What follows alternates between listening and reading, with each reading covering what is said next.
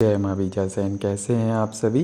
माता भगवती माँ बीजासेन मैया की कृपा से आप सभी खुश होंगे और हम भी मैया से यही प्रार्थना करते हैं कि माता सबको खुश रखे।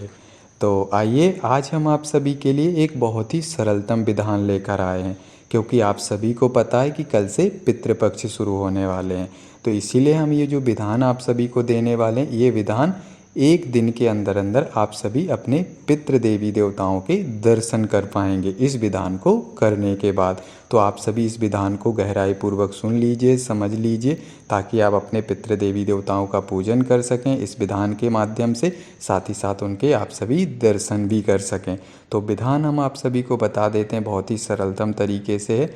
इस विधान को आप सभी के लिए जो कल पूर्णिमा है, पूर्णिमा के दिन भी कर सकते हैं इस विधान को, या पितृपक्ष के आप दिनों में किसी भी दिन पर इस विधान को आप कर सकते हैं, जो भी व्यक्ति अपने पितरों के दर्शन चाहता है। तो करना क्या है, आपको संध्या 6 के बाद आपके लिए इस विधान को करना शुरू कर देना है। करना क्या है, आपको दक्षिण दिशा में एक लकड़ी की बजोट स्थापित कर लेनी है, ठीक है ना।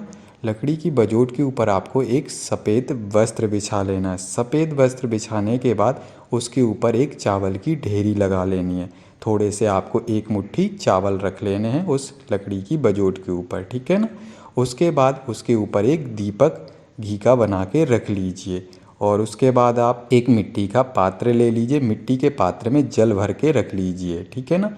जो सामग्री हम आप सभी को बताते जा रहे हैं वो सामग्री आप लोग नोट करते जाइएगा, समझते जाइए। सामग्री में कोई भी कमी नहीं होना चाहिए। जो भी सामग्री हम वीडियो के अंदर बताएंगे वो सारी सामग्री आप लोगों के लिए जुटानी पड़ेगी, ये बात आप लोग ध्यान रखिएगा।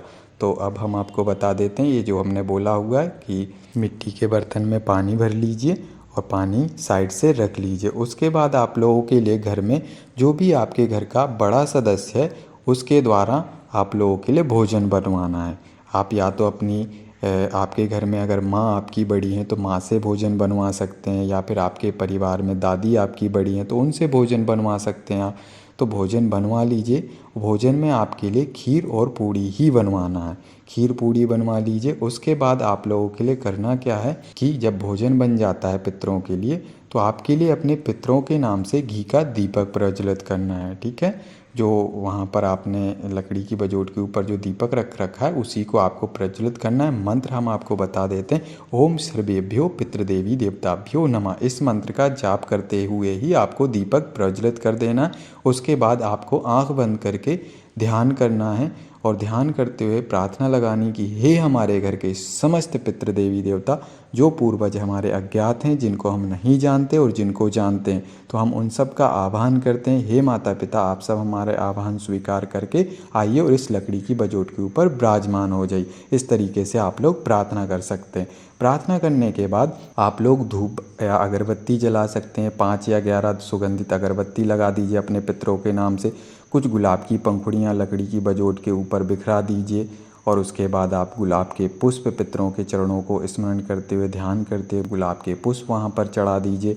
उसके बाद जो आपने घर में जो भोग बना हुआ है उस भोग लगा दीजिए एक दूसरी लकड़ी की बजोट के ऊपर। उस थाल को सजा दीजिए, उसमें थोड़ी सी खीर रख दीजिए, 5, 11 या 7 पूड़ियाँ रख दीजिए उस थाल में। इस तरीके से आप सजा के उस थाल को अपने पितरों के लिए भोजन लगा दीजिए।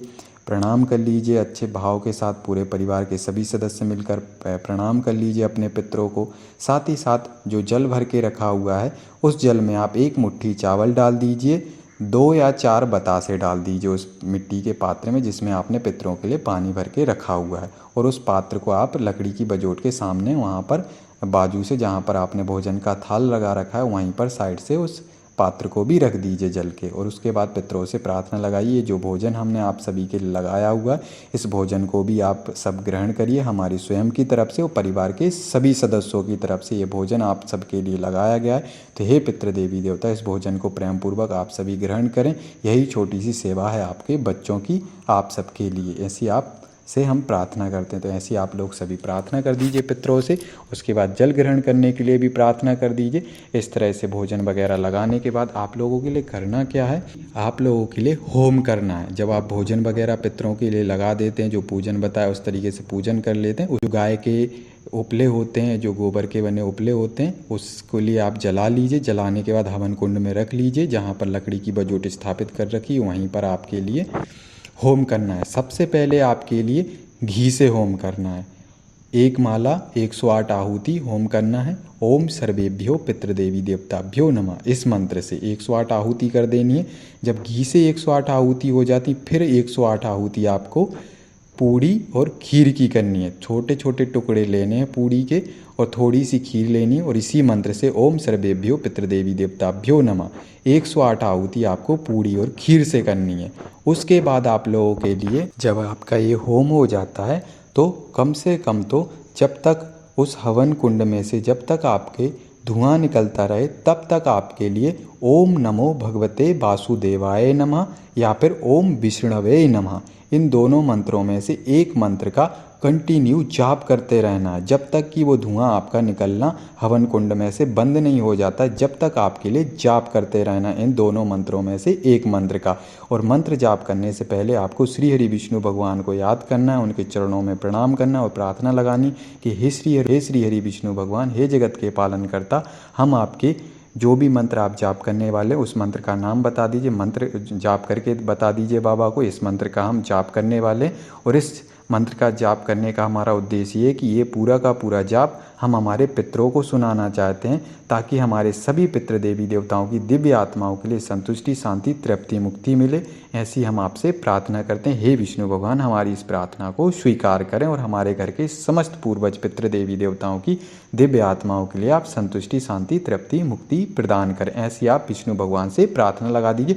उसके बाद ओम नमो भगवते वासुदेवाय नमः या फिर ओम विष्णवे नमः इस मंत्र का आप लोग जाप करना शुरू कर दीजिए जब तक हवन कुंड में से धुआं निकल रहा है तब तक। और जब धुआं निकलना बंद हो जाता है तो उसके बाद आप लोग जाप करना बंद कर सकते। उसके बाद आपको वहीं पर बैठकर 5 माला या 11 माला ओम सर्वेभ्यो पितृदेवी देवताभ्यो नमः इस मंत्र का जाप करना है।